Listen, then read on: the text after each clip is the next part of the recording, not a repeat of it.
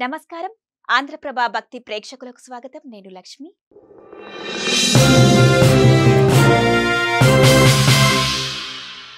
తెలంగాణ ఇంద్రకీలాద్రి ఓరుగల్లు ప్రజల ఇలవేల్పు దైవం. గంభీర రూపంలో దర్శనమిచ్చే భద్రకాళి అమ్మవారి అనుగ్రహం ఉంటే చాలు కరువు కాటకాలు దరిచేరవని భక్తుల నమ్మకం.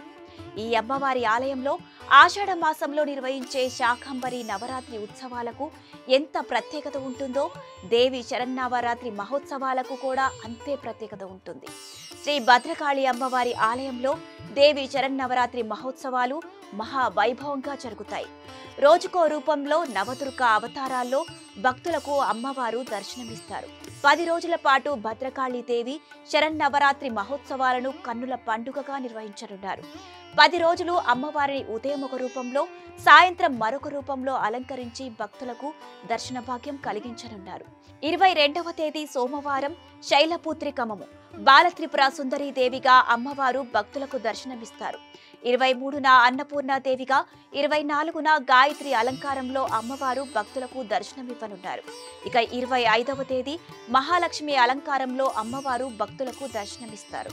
ఇక 26న శ్రీ రాజరాజేశ్వరి లలిత మహాత్రిపుర సుందరిగా అమ్మవారు భక్తులకు దర్శనమిస్తారు. 27న భువనేశ్వరి అలంకారం అమ్మవారుగా భక్తులకు దర్శనమిస్తారు. 28న భవానీ అలంకారంలో అమ్మవారు భక్తులకు దర్శనమిస్తారు. 29న సరస్వతి అలంకారంలో అమ్మవారు భక్తులకు దర్శనమిస్తారు. ఇక 30న చద్దుల బతుకమ్మ పండుగ సందర్భంగా భద్రకాళి మహా దుర్గాలంకారంలో అమ్మవారు భక్తులకు దర్శనమిస్తారు. అక్టోబర్ 1వ తేదీన బుధవారం మహిషాసుర మర్దిని అలంకారంలో భక్తులకు దర్శనమివ్వనున్నారు.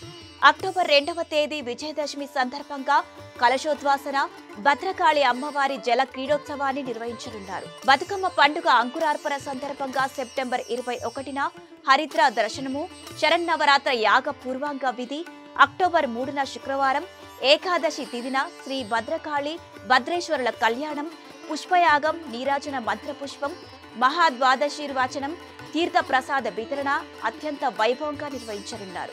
శరన్నవరాత్రుల సందర్భంగా వేలాదిగా తరలివచ్చే భక్తులకు ఎలాంటి ఇబ్బందులు కలగకుండా ఏర్పాట్లు చేస్తోంది ఆలయ సిబ్బంది.